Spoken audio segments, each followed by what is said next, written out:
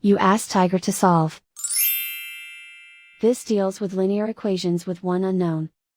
The final result is x equals -3/2.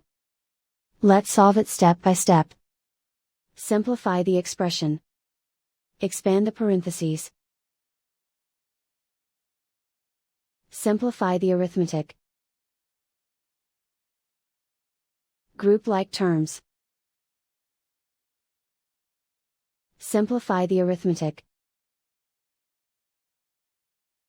Group all constants on the right side of the equation.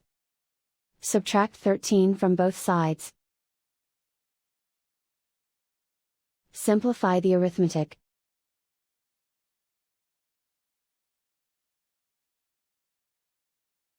Isolate the x. Divide both sides by -8. Cancel out the negatives. Simplify the fraction. Move the negative sign from the denominator to the numerator. Find the greatest common factor of the numerator and denominator. Factor out and cancel the greatest common factor. And so the final result is x equals -3/2.